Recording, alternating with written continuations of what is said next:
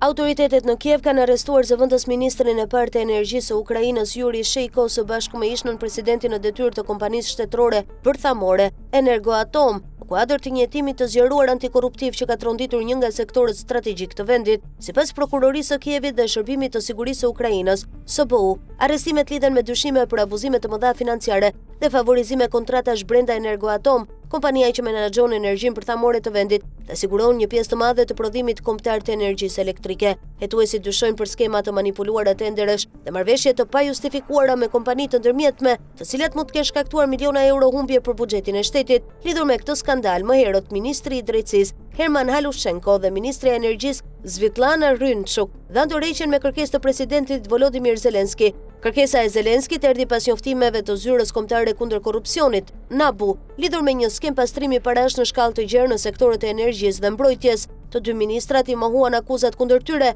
Aleksandr Abakumov, drejtuesi i ekipit përkatës hetimor, deklaroi se gjatë hetimeve janë bërë mijëra orë regjistrime audio, të cilat ofrojnë prova kundër një grupi kriminal të rangut të lartë që vepronte në sektorët e energjisë dhe mbrojtjes. Deri tani janë arrestuar 5 të dyshuar nga 7 vetë që dyshohet se i përkasin grupit kriminal. Sipas hetimeve, antarët e grupit kriminal kërkonin nga kontraktorët e kompanisë energjetike Energoatom, që është furnizuesi më i madh i energjisë në Ukrainë, rishfete që arrinin në 10 deri 15% të vlerave të kontratave. Faktikisht ishte krijuar një sistem në cilin një kompani strategjike me një xhiro prej mbi 200 miliard hryvnia, rreth 4 miliard euro, nuk menaxhohej nga drejtuesit e lartë, bordi i mbikëqyrës ose shteti si pronar, por nga një person i jashtëm i cili pa autorizim kishte marrë rolin e një menaxheri bedel, deklaroi NABU në një njoftim për shtyp. Sipas zyrës kombëtare kundër korrupsionit, NABU, një person me pseudonimin Carlson, kontrollonte të ashtu quajturën lavanderi, nëpërmjet së cilës paratë e fituara nëpërmjet aktiviteteve kriminale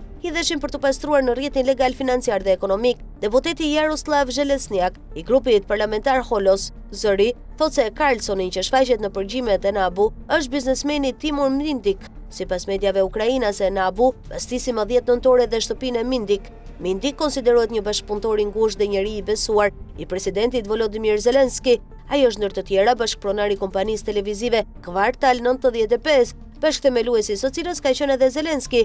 Sipas një burimi të Ukrainska Pravda, Mindik u largua nga Ukraina vetëm disa orë para bastisjeve.